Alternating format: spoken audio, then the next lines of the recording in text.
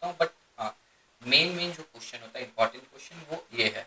और practical question वो कुछ भी दे सकता है, ईएमपी या डीपीटी से रिलेटेड नहीं, वो अपने कंपनी का भी क्वेश्चन दे सकता है। जैसे मैं एयरटेल में दिया हूँ इंटरव्यू, पेटीएम में दिया हूँ इंटरव्यू, तो वो लोग अपना ही देते थे, ठीक है, अपने डेटा पे काम करवाते थे, मतलब अपने डेटा पे ही इंटरव्यू लेते थे, बिलियंस बिलियंस डेटा पे इंटरव्यू लेते थे, उनका अलग सेटअप रहता था, मतलब अलग डेटाबेस रहता था, उस पर वो लोग हम मेरे से सीक्वल लिखवाते थे, सीक्वल डेवलपर का ही यूज़ करते थे दोनों को, एयरटेल और पेटीएम भी। तो वो लोग लेते हैं, तो ये मत सोचना कि आपसे जो इंटरव्यू लेगा वो ईएमपी या डीपीटी, आप क्वेश्चन रट लिए कि भाई हाँ सॉरी, आपने क्वेश्चन रट लिया कि भाई हाँ ईएमपी से क्या देगा, सैलरी अपडेट करने देगा, ज़्यादा से ज़्यादा कमीशन अपडेट करने देगा, या कुछ भी।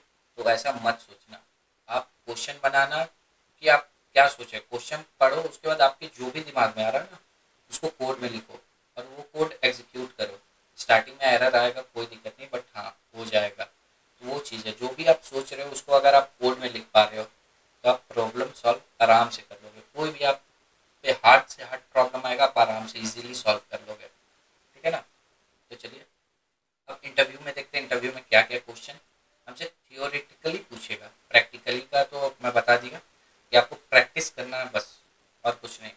कि एएमपी डीपीटी का जो भी क्वेरी उसको रटना नहीं है, हाँ सिंटेक्स रटना है। सिंटेक्स रटना भी नहीं है, मतलब समझ लो, याद कर लो, सिंटेक्स केवल, लॉजिक नहीं।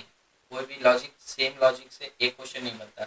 मैं अगर सैलरी अपडेट करना चाहता तो और भी फॉर अपडेट कर्सर का यूज़ कर सकते था। इसी में फॉर अपडेट कर्सर में मैं फॉर कर्सर का यूज़ कर सकता था, जो मैंने डिक्लेयर किया ना, यहाँ पे आप देख रहे होगे मैंने डिक्लेयर किया F1 EMP परसेंट रो टाइप, ये मैं लिखता ही नहीं, ठीक है। यहाँ पे डायरेक्ट मैं फॉर कर्सर लिखता, फॉर कर्सर, और ये बना देता, ठीक है। तो फॉर कर्सर मैं नहीं बताया, आगे बताऊंगा, तो वहाँ पे मैं दिखाऊंगा कैसे आप अपडेट कर सकते हो डायरेक्टली, डिक्लेयर करने का जरूरत नहीं पड़ेगा। तो चलिए अब देखते हैं इंटरव्यू में क्या क्वेश्चन देता है। What is for update cursor, सबसे पहले पूछेगा ही।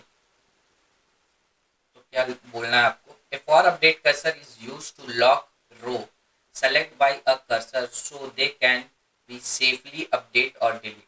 फॉर अपडेट कर्सर क्या करता है, इंटरव्यू में आप आराम से अब बोलोगे फॉर अपडेट कर्सर, डायरेक्ट बोलोगे कि भाई वो रो को लॉक करने का काम में करता है, और वो पूछेगा कौन से रो को, तो आपको बोलना जो भी मैंने सेलेक्ट स्टेटमेंट में क्वेरी लिखा हूँ उससे जो भी आउटपुट आएगा रो, वो उसको लॉक करेगा, इंटायर टेबल को लॉक नहीं करेगा।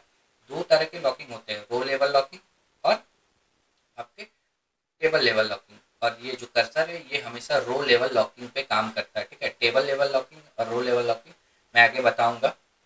तो अभी इतना जान लो कि हाँ कर्सर जो है रो लेवल लॉकिंग पे काम करता है, फॉर अपडेट कर्सर, ठीक है, जिससे हमको सेफली अपडेट कर पाते हैं, डिलीट कर पाते हैं, कोई और उस टाइम उस डेटा को नहीं मैनिपुलेट कर पाता है, ठीक है। अब सेकंड क्वेश्चन क्या पूछेगा वो, why do we use for update cursor, क्यों हम लोग यूज करते हैं, the prevent other session from modifying the same row while the current transaction is updating then, ठीक है। तो मान के चलो कोई एक यूजर है, सेम जो मैंने बताया ना लॉक कर देता है, कोई एक यूजर है, दो यूजर एक ही टेबल पे काम कर रहे हैं, तो भाई जब तक मैं अपना काम नहीं कर लूंगा उसको तो ऐसे नहीं ना बोल सकता भाई तुम रुको। तो उसके लिए मैं क्या करूंगा, फॉर अपडेट कर्सर चला दूंगा, तो मेरा काम कंप्लीट होगा, तब फिर वो अपना एग्जीक्यूट करेगा, या फिर वो उस टेबल पे काम कर रहा वो अपना फॉर अपडेट कर्सर चलाया, तो फिर मेरे को रुकना पड़ेगा।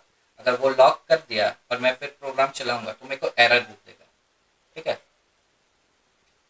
और थर्ड क्वेश्चन देखते हैं, what types of lock does for update apply. देखो पूछ दिया फॉर अपडेट किस तरह का लॉक अप्लाई करता है, तो if apply a row level lock on a select statement, जो भी आपका सेलेक्ट स्टेटमेंट में रो आएगा उसको लॉक कर देगा, तो उसी को बोलते हैं रो लेवल लॉकिंग, ठीक है।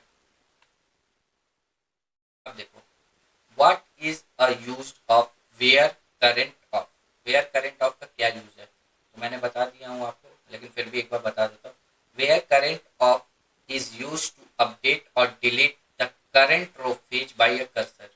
क्या बोल रहा है यहाँ पे, करेंट रो, यहाँ देखिए current row fetch bye a cursor, उसी रो को अभी अपडेट करो या डिलीट करो जो अभी अभी फेच हुआ तुरंत।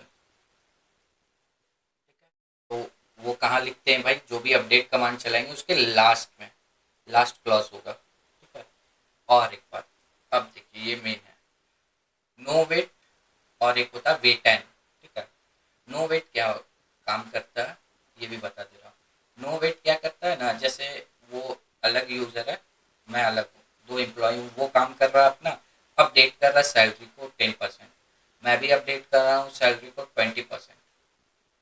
ठीक है, तो वो क्या किया कि वो तो भाई चला दिया अपना, तो वो लॉक हो गया। तो मैं अब क्या करूँगा, नो वेट, मैं क्या करूँगा, अगर वो लॉक है, अगर मैं नो वेट लिख के चलाता हूँ तो मेरे को तुरंत एरर दे देगा।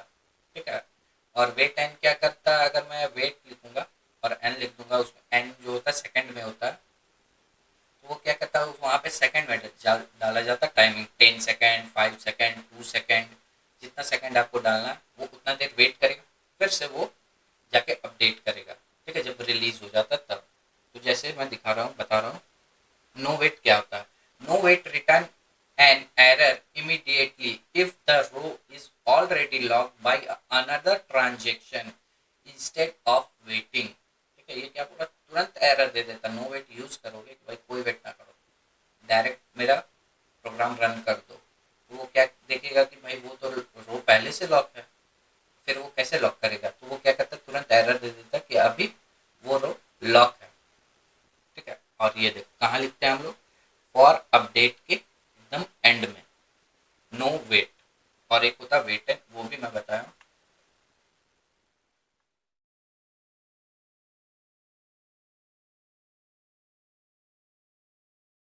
वेट मतलब आप समझ गए ना, वो इसमें नहीं डाला हूँ, बट जान लो कि जैसे नो वेट लिखे हो ना यहाँ पे, नो वेट यहीं पे लिख देना वेट एन, मतलब 10 सेकेंड, 20, एन की जगह एन मत लिखना, वहाँ पे नंबर लिख देना, 1 सेकेंड रुको भाई, 2 सेकेंड रुको, 10 सेकेंड रुको, 10 सेकेंड बाद वो फिर से एग्जीक्यूट होगा आपका प्रोग्राम। उसके बाद उस टाइम तक अगर वो लॉक है